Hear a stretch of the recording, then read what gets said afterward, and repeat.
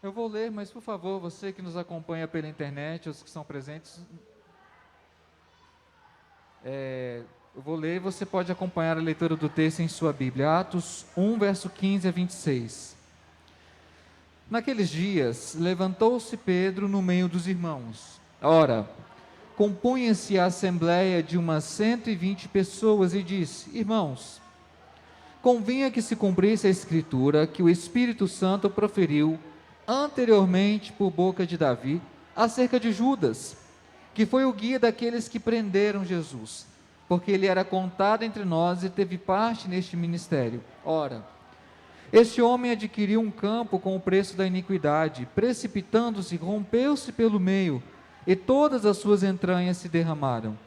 E isto chegou ao conhecimento de todos os habitantes de Jerusalém, de maneira que em sua própria língua esse campo era chamado Aceldama, isso é, campo de sangue. Porque está escrito no livro dos Salmos: fique deserta a sua morada, e não haja quem nela habite, e tome outro o seu encargo.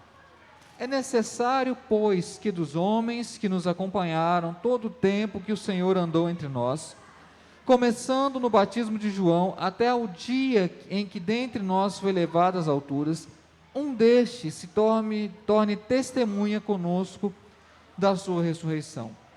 Então propuseram dois: José, chamado Barsabás, cognominado Justo, e Matias. E orando disseram: Tu, Senhor, que conheces o coração de todos, revela-nos qual destes dois tens escolhido para preencher a vaga neste ministério e apostolado, do qual Judas se transviou, indo para o seu próprio lugar. E os lançaram em sortes, vindo a sorte recair sobre Matias, sendo-lhe então votado lugar com os 11 apóstolos. Vamos orar mais uma vez ao nosso Deus? Pai bendito, que o teu nome seja honrado e glorificado por meio da tua igreja. Te exaltamos, ó Deus, por nos reunirmos como assembleia, e somos gratos, ó Pai, porque há decisões que só a assembleia pode tomar. Isso é bíblico, e cremos, ó Pai, que por respeitarmos o preceito bíblico, a tua igreja tem paz e tranquilidade para tomar decisões por meio de votações que são importantes. Orienta-nos, ó Deus, à luz desse texto, sobre quais são os princípios e o cuidado que o Senhor mesmo tem para que, ó Deus, a tua igreja seja conduzida de maneira adequada. Orienta-nos, ó Pai, para que sempre que compareçamos em assembleia, possamos, ó Deus, ter a mesma disposição, o mesmo coração e espírito que houve, ó Deus, em cada um desses irmãos que, ó Deus, essa primeira assembleia, então, escolheram Matias para tomar lugar junto aos 11 apóstolos. E que a nossa vida, Deus, seja mediada exatamente por vermos a tua vontade cumprida no meio do teu povo. É a nossa oração em nome de Cristo Jesus. Amém. Uma pergunta que eu faço a você, nós temos diferentes tempos.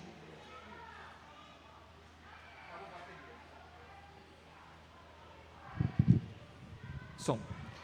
Uma questão que sempre me incomodou é por que às vezes as assembleias da igreja, elas são tão esvaziadas? Não sei se você já percebeu isso. Às vezes os irmãos têm muita disposição, mas quando é assembleia, sempre vem aquele pensamento: bom, outro vai voltar no meu lugar, vai dar quórum, vai dar tudo certo. E eu já participei de assembleias que no meio da assembleia tinha alguns irmãos ligando uns para os outros para falar: vem para a assembleia que ainda não deu quórum, precisa de você vir. Para que a assembleia desse quórum, igrejas presbiterianas, porque talvez esse espírito para com as assembleias? Para mim, o primeiro elemento é que falta um pouco de compreensão bíblica sobre a importância e o papel das assembleias à luz da própria Escritura. Como que Deus usou em momentos cruciais a igreja, assembleias específicas, para que a vontade dele fosse revelada, e é o que está presente nos textos. Segundo, porque é um esvaziamento do próprio responsabilidade do papel do cristão diante da assembleia. Todo membro da igreja, ele pode ser ouvido na assembleia, ele tem poder de votar, para oficialato, sendo do sexo masculino, tem poder de ser votado. E isso deveria ser entendido como um privilégio, como uma graça que Deus concede. Ele poderia, de uma maneira misteriosa, extraordinária, sobrenatural, apontar diretamente os homens que ele escolheu. Mas por que ele faz por meio de assembleia? ele faz para nos fazer partícipes desse processo, para mostrar que dentro da organização e do governo da igreja, a Assembleia é um desses instrumentos que Deus usa para que a vontade dele seja revelada. E por isso que eu poderia olhar outros textos que falam sobre diaconia, que é a pauta da nossa convocação, mas eu escolhi esse texto porque é de fato a primeira assembleia que nós vemos em que a escolha, a designação, a pauta e o entendimento da importância desse ajuntamento específico do povo de Deus. Só para situar você, no texto que nós lemos, Atos 1, 15 a 26, havia uma situação que a igreja primitiva precisava resolver. Cristo tinha chamado 12 discípulos, mas um deles, que nós sabemos, Judas Iscariotes, se desviou, se matou, e com isso, ao invés de terem 12 apóstolos, a igreja primitiva contava com 11. E essa situação precisava ser resolvida, e veja bem, a igreja, ela está no seu início, mas mesmo assim, a postura da igreja aqui, embora esteja no seu início, ela de alguma maneira é um paradigma, um modelo para todas as demais assembleias das igrejas. Seja assembleia sobre a eleição de oficiais, que é o caso do texto aqui, é a nossa assembleia de hoje, como qualquer outra. O espírito, a disposição ou o pensamento por trás desse ajuntamento deve ser exatamente o pensamento dessa igreja aqui, e eu vou expor algumas características dessa assembleia, desse ajuntamento, como forma de realmente pautar a importância da assembleia dessa igreja, a participação dos membros dessa igreja nesses momentos singulares. Primeiro, toda a assembleia ela é pautada pela prática da oração. E nós vemos isso, não exatamente no texto apenas que nós lemos, mas no verso anterior, Atos 1,14. Lucas, antes de introduzir a assembleia, ele diz algo importante para a igreja. Todos estes perseveravam unânimes em oração. E aí ele faz a lista, inclusive, das mulheres, entre elas Maria, que participavam. Então, qual que é a primeira característica de uma assembleia produtiva, edificante para a igreja? Ela é fruto de oração. Por isso ela é convocada com antecedência, ela é avisada com antecedência, para que os membros possam orar pedindo que Deus manifeste por meio da igreja a sua vontade. A igreja primitiva, ela tinha essa prática da oração na convicção de que ela dependia exatamente dessa designação, desse direcionamento de Deus para as suas decisões. E essa decisão seria uma decisão importante. O nome que seria escolhido era para ser mais um apóstolo. Não era qualquer ofício, não era um cargo simples, mas sim um chamado bendito. Então, era um momento de extrema seriedade da igreja. E é por isso que a Bíblia, Lucas, ele coloca antes aqui para nós, o autor do texto, antes de falar da assembleia, ele já diz algo importante. A assembleia, ela ora. Os crentes que participam da assembleia, eles participam mediante a oração. E isso acontece, por exemplo, no verso 24 e 25 do texto. Diz assim, e orando disseram, e perceba bem a oração que é feita no meio da assembleia. Tu, Senhor, que conheces o coração de todos, revela-nos qual destes dois tens escolhido para preencher a vaga neste ministério e apostolado, do qual Judas se transviou indo para o seu próprio lugar. A gente percebe que é uma oração muito bem embasada, muito bem colocada para aquele momento. Primeiro, quem conhece, já determinou todas as coisas é Deus. Ele sabe perfeitamente o resultado de toda e qualquer assembleia, de antemão. Não são os nossos votos que mudam a vontade de Deus, mas é a vontade de Deus que molda aquilo que nós fazemos. E a igreja tinha convicção disso, ela orava porque ela sabia que Deus iria manifestar a sua vontade. Mas veja bem, a oração da igreja, ela também vem com um pedido muito específico. Revela-nos qual destes dois tens escolhido. A oração da igreja é: Senhor, faz a tua vontade. Faz a tua vontade. Embora na assembleia a igreja manifeste o seu desejo quanto à escolha de seus oficiais, em relação a outros assuntos, nós temos que ter a convicção de que, na verdade, é a manifestação da vontade de Deus por meio da assembleia. E esse tem que ser o nosso pedido toda vez que uma assembleia é convocada. Senhor, faz a tua vontade. E isso é muito importante para a vida da igreja, porque a assembleia ela pode ser um momento de extrema bênção, paz e edificação para a igreja, como pode ser um momento de extremo desgaste para a igreja. Deixa eu contar um caso de assembleia. Um irmão que era candidato ao presbiterato, à reeleição de uma igreja, ele se candidatou, colocou o nome dele à disposição para ser eleito, e durante a assembleia ele não foi eleito. Após a votação, ele pediu a palavra, e no meio da assembleia ele simplesmente falou: já que a igreja não me elegeu, eu trabalhei tanto, eu agora estou aqui publicamente abrindo mão de todos os meus cargos. Saiu da igreja e demorou anos para voltar. O que faltou no coração desse irmão? A compreensão de que aquela assembleia não era para confirmar a vontade dele. Ele tinha vontade de ser reeleito, mas era propósito de Deus para a vida dele? Não. E isso trouxe extremo desgaste para a igreja. A assembleia ela tem que ser um momento de leveza, de seriedade, mas de tranquilidade de que as decisões encaminhadas são decisões que procedem de Deus. E por isso algum irmão ele não pode ficar chateado se foi eleito ou não, ou outro porque o nome que indicou não participou da assembleia. Eu vou explicar isso mais para frente. Tudo isso está sob a condução do governo de Deus. Embora existam fatores humanos, a gente entende que esses fatores são conduzidos por Deus.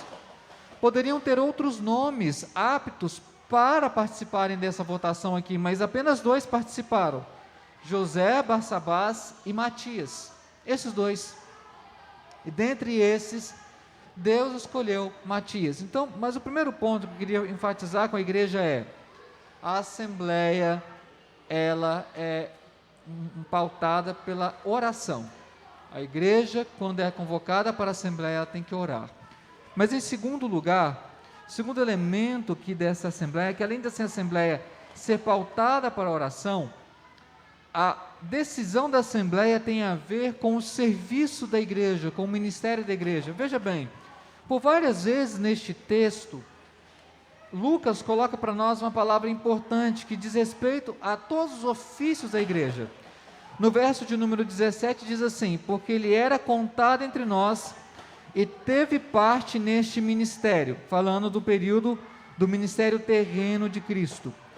Mais para frente, se você notar, no verso de número 26, diz assim que lançando sortes, a sorte veio a recair sobre Matias, sendo-lhe então votado lugar com os 11 apóstolos. De uma maneira específica, para Lucas, o apostolado aqui ele é um ministério, ele é um serviço do qual a igreja precisava. E essa é algo importante. Quando a igreja vota, ela vota em alguém que vai servir a Deus perante a igreja. Por que eu digo isso? Tem muitas pessoas que elegem representantes para que representem a sua vontade, o seu desejo, o seu jeito de ser perante a igreja. E essa é uma designação errada. Aquele que vota, ele vota para que aquele que serve, sirva em primeiro lugar a Deus. Ele é um servo de Deus, escolhido por Deus para ocupar este lugar. Segundo, como servo de Deus, ele está ali para fazer a vontade de Deus e não simplesmente da igreja. Aquele ditado popular muito conhecido: a vontade do povo é a vontade de Deus, a vontade de Deus é a vontade do povo, o povo é a voz de Deus. Ele não faz sentido do ponto de vista bíblico, porque aquele que serve, ele serve a Deus perante a igreja. Ele também vai servir na igreja, mas a igreja, quando vota em alguém, ela tem que pensar em alguém que vai servir a Deus. E por isso essa pessoa que vai servir a Deus, ela tem que estar qualificada para esse serviço. E esse é um ponto importante.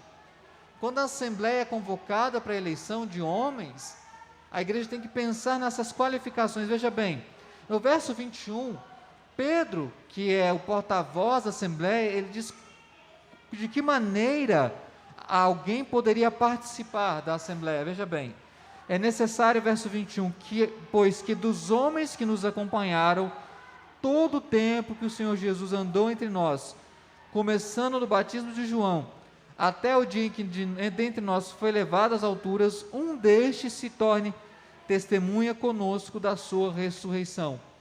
Pedro aqui estabelece quais eram os critérios para que alguém pudesse participar dessa escolha para apostolado. Tinha que ser uma testemunha ocular do ministério de Jesus, desde o batismo até a ascensão.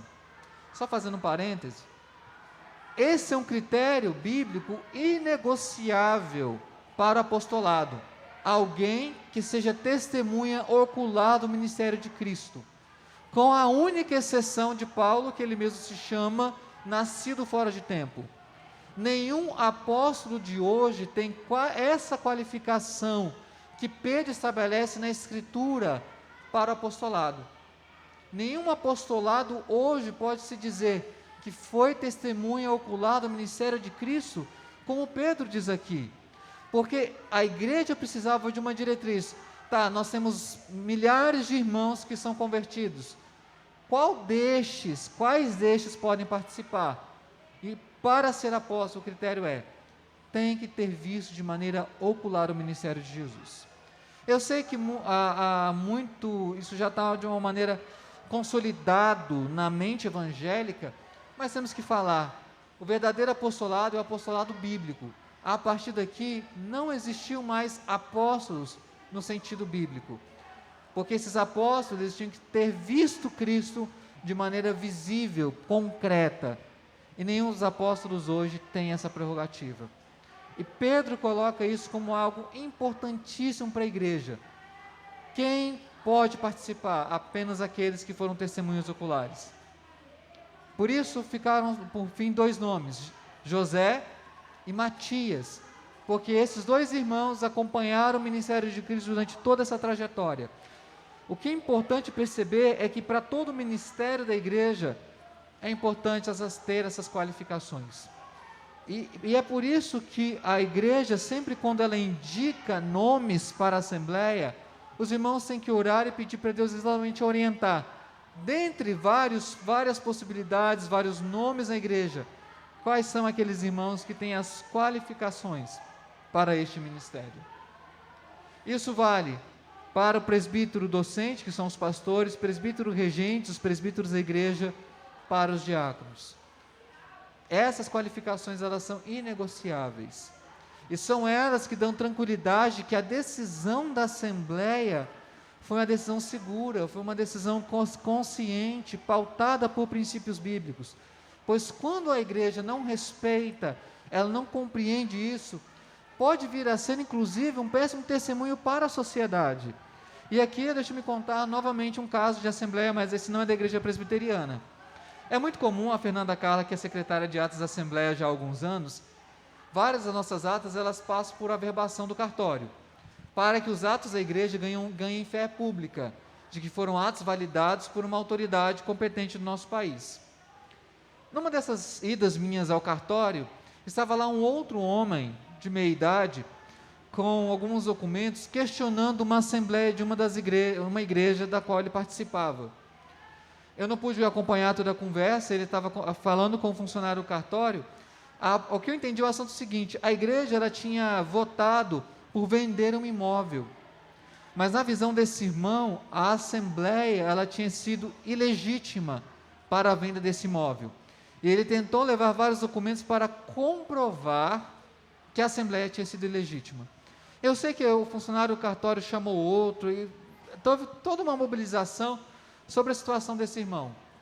E aí, por fim, o funcionário respondeu para ele: olha, deixa eu dizer uma coisa para você, se a igreja seguiu o estatuto, a única forma é uma ação judicial. Se você acha que ele foi ilegítima, entre com uma ação judicial.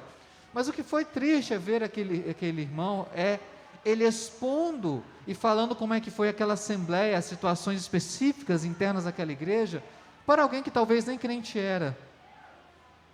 E isso que a igreja tem que ter cuidado. As assembleias que acontecem em Atos 1 tem uma assembleia, Atos 15 tem uma reunião de presbitério, que é também o ajuntamento dos oficiais da igreja. São momentos em que Deus traz crescimento para o povo. Mas tudo isso passa pela igreja seguir os preceitos bíblicos, para que nas assembleias a gente tenha paz, tranquilidade, que as decisões foram pautadas pela oração, foram pautadas pela consciência da importância desses ministérios e da qualificação para esses ministérios. Se assim é feito, irmãos, toda assembleia a gente vem com leveza, a gente sai com leveza, com aquele contentamento que esses irmãos saíram, de que Matias era aquele que Deus tinha escolhido. Não era primeiramente a escolha da igreja, não era só a escolha da igreja, mas era a escolha de Deus. O nosso desejo é que o resultado dessa assembleia de hoje, que vai terminar à noite, seja um resultado da escolha de Deus para o crescimento da igreja. Vamos orar mais uma vez. Após essa oração eu vou dar algumas instruções e explicações sobre a assembleia. Vou abrir também para se tiver alguma dúvida, para nós prosseguirmos então para os esclarecimentos finais e para a votação que nós fomos chamados aqui a fazer. Mas antes disso, vamos orar. Obrigado, Deus, por esse ajuntamento do teu povo. Há vários irmãos nossos que não puderam vir pela manhã, que virão à noite. Que eles também, ó Deus, sejam moldados pelo teu Espírito, nessa mesma disposição de comparecerem ante a tua presença, para que por meio da assembleia, a tua vontade se torne conhecida por nós.